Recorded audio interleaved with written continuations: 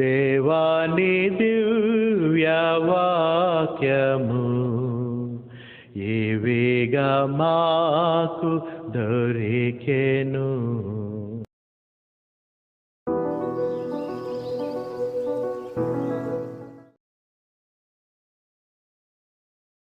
So ఇలాంటివి బోధించినప్పుడు క్రైస్తవ్యం ఎప్పుడు వచ్చింది? కొత్తది అంటుంది, కొత్త పాస్టర్లు అంటుంది, కొత్త బైబిల్ అంటుంది. 2000 సంవత్సరాల నుంచి క్రైస్తవ్యం ఉంది. 2000 years యేసుక్రీస్తు సమాధిని జయించి తెచ్చినప్పటి నుంచి ఇది ఉంది. కాబట్టి ఈ మెస్సయ్యని తను మోషేగా మాట్లాడుతుంది. మోషే మరలా వస్తా అన్నాడని, మోషే మరలా వస్తానని ఇప్పుడు అసలు మోషేకే దేవుడు వాగ్దాన దేశానికి పర్మిషన్ ఇవ్వాలా, అది మనం మర్చిపోతాం. మోషేకే దేవుడు వాగ్దాన దేశానికి పర్మిషన్ ఇవ్వాలా. ఎందుకంటే నిన్ను నడిపించమన్నాను కానీ ప్రజల మీద విసుక్కుని నీకు పని చెప్పిన తర్వాత ఆ పనిలో ఉన్న మనుషుల్ని నువ్వు విసుక్కోవడం దేవుడికి ఇష్టం ఉండదు. లేకపోతే వాళ్ళ మీద కఠినంగా ఉండడం కూడా దేవుడికి ఇష్టం ఉండదు. వాళ్ళు నీరు కావాలన్నారు, దేవుడు ప్రభు ఈ ప్రజలు నువ్వు తీసుకొచ్చావు, ఎడారిలో ఉన్నారు, దాహం వేస్తుంది, నీరు అనుగ్రహించు అంటే ఆయన నీరు అనుగ్రహిస్తాడు. కోపంతో మోషే ఏం చేశాడు? ఆ బండని కొట్టాడు. కొట్టడంతో ఏం చేశాడు? నువ్వు వాగ్దాన దేశానికి దేవుడు శపించిన తర్వాత వాగ్దానం చేసినటువంటి ఆ దేవుడు తన్ని ఖండించి యోర్దాను అవతలే ఉంచేశాడు కదా. ఆ మోషే అంట మళ్ళీ వస్తాడని చెప్తుంది ఈవిడ. ఆ మోషే మళ్ళీ వస్తాడు అని చెప్తుంది. కాబట్టి ఈ డివిజన్ అంటే ఈ వేర్పాటు వాదాన్ని ఎవ్వరూ నమ్మడానికి లేదు. ఎందుచేతనంటే మనము యూదులు ఒకే దేవుడిని ఆదరిస్తాము, యెహోవా దేవుడినే. మనము ఆయన కుమారుడినే మన రక్షకుడి కొరకు ఈ లోకానికి క్రీస్తుని పంపించాడు. సో మన లీనియేజ్ అంతా కూడా యావే, యెహోవా దేవుని వైపే. యూదులకి యెహోవా దేవుని వైపే, క్రైస్తవులకి కూడా యెహోవా దేవుని. నూతన నిబంధనలో ఈ యెహోవా దేవుని యొక్క నామము ఎన్నిసార్లు అది ఉపయోగించబడ్డదో. ఈమెకు తెలియని ఇంకో సత్యం ఏంటంటే, నా దేవునికి యూదులైనా, గ్రీసు దేశస్థులైనా, అన్యులైనా అందరూ నాకు సమానమే. యేసుక్రీస్తే స్వయంగా పౌలు ద్వారా పరిశుద్ధాత్ముడు ఆ మాటను చెప్పించినప్పుడు ఈమెకి ఎక్కడ అధికారం ఉంది? యూదులు వేరు, క్రైస్తవులు వేరని వేరు చేయడానికి. అందరూ నాకు సమానమే అని చెప్పి బైబిల్ మనకి బోధిస్తుంది. అలాగే యేసుక్రీస్తు ఈ లోకానికి వచ్చి జీవించి మరణించడానికి గల కారణం దేవుని యొక్క ప్రణాళికని ఆయన నెరవేర్చడానికి వచ్చానంటాడు ఈ లోకానికి. ఎవరిది నెరవేర్చడానికి వచ్చాడు యేసుక్రీస్తు? దేవుని ప్రణాళిక.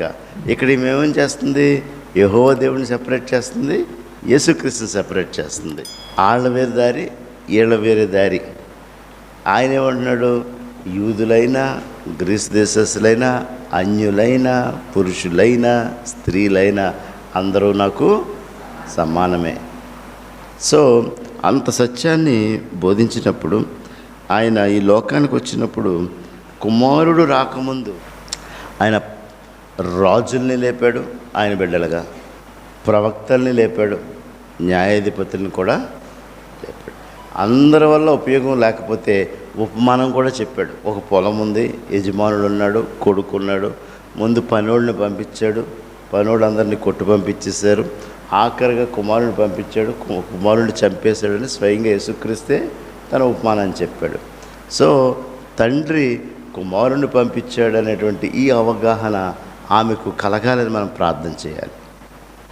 అన్నప్పుడు డిజ్లైక్ అన్నారంటే అది ముందు మీ మీద ఉంచి ఇప్పుడు మనం ఏం చేయాలి? డెఫినెట్గా ఈ 5-6 యూట్యూబ్లు ఉన్నాయి. ఎంత గంభీరంగా, ఘోరంగా, ఆవేశపూరితంగా మాట్లాడింది నేను విన్నప్పుడల్లా అయిన వెంటనే ప్రభువా ఈమెను నీవు బైబిల్ నుంచి తీస్తుంది కాబట్టి ఆ బైబిలే ఈమెను రక్షించునుగాక, ఆ బైబిలే ఈమెను మార్పు తీసుకొచ్చునుగాక, ఆ బైబిలే ఆమెలో తలంపులు పుట్టించి వ్యతిరేక విధానం నుంచి అంగీకార విధానానికి మార్చునుగా. కానీ మనం అందరం ప్రార్థించవలసిందే. ఎక్కడైతే దేవుని నామం వ్యతిరేకించబడుతుందో అక్కడ మనం బలమైనటువంటి విధంగా దాని గురించి మాట్లాడాలి. ఎందుకంటే యేసుక్రీస్తుని యెషయా ఏమని చెప్తున్నాడు? యెషయా ప్రవక్త ఎవరి గురించి రాశాడు? ఇది పాత నిబంధన వేరైతే నూతన నిబంధన వేరైతే యెషయా ప్రవచనాలు ఎవరి కొరకు? పాత నిబంధనలో రాయబడినటువంటి ప్రవచనాలన్నీ ఎవరి కొరకు? రాబో క్రీస్తు కొరకు. ఆ వచ్చే క్రీస్తు ఆయన సిలువ మీద మరణిస్తాడు, ఆయన కొరడాలతో కొట్టబడతాడు, ఆయన సిలువ మీద చంపబడతాడని యెషయా పాత నిబంధనలోనే ప్రవచించాడు. 800 సంవత్సరాల క్రితం 800 years scriptures connected to 33 first century Jesus Christ. ఆ కనెక్షన్ని ఎవ్వరూ కూడా సెపరేట్ చేయరు. మనము ఎన్నిసార్లు బోధించుకున్నా పాత నిబంధన నుంచి నూతన నిబంధనలో సువార్తల నుంచి పౌలు రాసినటువంటి పత్రికల నుంచి మన వాక్యాన్ని ఇవన్నీ కూడా ఇంటర్ కనెక్టెడ్, ఒకదానికొకటి అవి కనెక్టెడ్గా ఉన్నటువంటి ఈ వాక్యం. ఎక్కడైనా ఈ పాటికి పాత నిబంధన కానీ నూతన నిబంధన కానీ పత్రికలు కానీ కనెక్షన్ లేకపోతే ఇప్పటికే కొన్ని లక్షల మంది క్రీస్తుని వ్యతిరేకించేవారు. వాక్యం నెట్ కనెక్టెడ్, ఒకదానికొకటి. ఆ యొక్క వాక్యాన్ని దేవుడు వివిధ వ్యక్తుల్లో వివిధ సమయాల్లో వివిధ దేశాల్లో కూర్చోపెట్టి ఒక పుస్తకాన్ని, ఒక పరిశుద్ధ గ్రంథాన్ని రచించాడు. అవన్నీ కూడా ఒకదానికొకటి మిళితమైపోయిందంతే వాక్యం. ఆలోచించేయండి. డిఫరెంట్ ప్లేసెస్లో, డిఫరెంట్ టైమ్స్లో, డిఫరెంట్ పీపుల్తో ఆయన ఈ పరిశుద్ధ గ్రంథాన్ని, ఆయన పరిశుద్ధాత్మ శక్తి ద్వారా ఈ గ్రంథాన్ని రాయించాడు. పిల్లలతోటి స్టోరీస్ రాసించేటప్పుడు ఓల్డ్ స్టోరీస్ ఎలా ఉంటాయి, ప్రజెంట్ స్టోరీస్ ఎలా రాయమంటే ఎలా రాస్తారు. కానీ బైబిల్లో 200 సంవత్సరాల 2000 సంవత్సరాల క్రితం రాసిన దానికి మరి పౌలు రాసిన దానికి ఒకదానికొకటి మిళితమైనటువంటి వాక్యం ఈ పరిశుద్ధ గ్రంథం. కాబట్టి దీన్ని ఎవ్వరూ కూడా వేరు చేయలేరు. ఆమె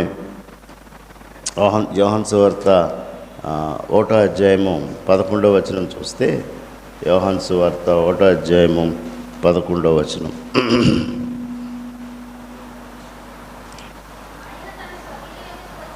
ఆయన స్వకీయుల ఎత్తుకు వచ్చాను, ఆయన స్వకీయులు ఆయనని అంగీకరించలేదు. ఆయన స్వకీయులు ఎవరు? యూదులు ఆయన్ని అంగీకరించలేదు. కానీ ఇదే యూదులు ఆయన సమాధి జయించి లేచిన తర్వాత ఇదే యూదులు ఆ యొక్క పస్కా పండుగ రోజు అపొస్తలుల కార్యాల్లో ఆ పండుగకి వాళ్ళు చేరినప్పుడు ఎంతమంది అంగీకరించారు? మొదట 3000 మంది. ఇప్పుడు మేము ఏం చేయాలి అడిగింది ఎవరో తెలుసా? యూదులే. పేతురు ప్రసంగం తర్వాత, అయ్యా పేతురు, ఇప్పుడు మమ్మల్ని ఏం చేయమంటావు? మేమే కదా ఆయన చంపింది, మేము యూదులమే కదా అంటే, అప్పుడు యూదులను ఏమన్నాడు ఆయన? మీరు మారు మనసు పొంది మీ పాపక్షమాపణలు, మీ పాపాలని ఒప్పుకొని బాప్తిసం పొందండి అని చెప్పాడు ఆయన. అప్పుడు 3000 మంది బాప్తిస్మము పొందిరి. అంటే 3000 మంది అంటే పురుషులే. యూదులకి లెక్క 300 మంది అంటే 3000 మంది అంటే 3000 మంది పురుషులు. 3000 మందితో ఇంకెంతమంది ఉండి ఉంటారు? తల్లి స్త్రీలు ఉండుంటారు, భార్యలు ఉండుంటారు, పిల్లలు కూడా మరి యవనస్తులైనటువంటి బిడ్డలు. కాబట్టి పురుషుల లెక్క 3000 మంది. తర్వాత ఎన్ని వేల మంది బాప్తిసం పొందారని ఉంది? 5000 మంది బాప్తిసం పొందారు. సో అక్కడి నుంచి క్రైస్తవ్యము విస్తరించడం మొదలుపెట్టింది. అది భూదిగంతాల వరకు వెళ్ళింది. యేసు శిష్యులు అక్కడి నుంచి బయలుదేరి మరి మనం చూస్తే మరి యోహాను ఈ యొక్క ఈస్టర్న్ కంట్రీస్ అనేటువంటి యూరోప్ ప్రాంతం వైపు వచ్చాడు. తోమా మా ఆసియా ప్రాంతమైన మన ప్రాంతాలకు వచ్చాడు. అలాగే యోహాను గలతీ ఆ ప్రాంతాల నుంచి మరి పద్మాస్ ద్వీపం దాకా వెళ్ళాడు. భూదిగంతాల వరకు సువార్త వెళ్ళింది. ఈ ప్రాంతాల్లో అనేక వేల మంది క్రీస్తుని అంగీకరించారు. సో క్రీస్తు సమాధి జయించి లేచిన తర్వాత అంగీకరించబడిన వాళ్ళందరూ మొట్టమొదటి క్రైస్తవులు అందరూ కూడా యూదులే. ప్రథమ ప్రథమ ప్రథమ బిడ్డలు, ప్రథమ ఆత్మలను ఆయన సంపాదించుకుంది తన స్వకీయలనే. సో మనం కూడా క్రైస్తవ్యంలోకి వచ్చిన తర్వాత మనం ఎవరు క్రీస్తుని అంగీకరించాలని కోరుకుంటాం? ఎవరు క్రీస్తుని అంగీకరించాలని కోరుకుంటాం? నా ప్రశ్న కరెక్ట్గా అర్థం అవ్వలేదు అనుకుంటా. ఆన్సర్ చెప్తే అర్థం అవుతుంది. మన చెల్లోళ్ళు, మన అక్కలో, మన అన్నలో, మన తల్లిదండ్రులు, బంధువులు, వీళ్ళ క్రీస్తుని నమ్మాలని ఆశపడతామా లేదా? యేసుక్రీస్తు కూడా తన స్వకీయుల్నే మొట్టమొదటగా ఆయన రక్షించుకున్నాడు. సో దీనిలో యూదుడని కానీ క్రైస్తవుడని కానీ ఏ విభజన లేదు.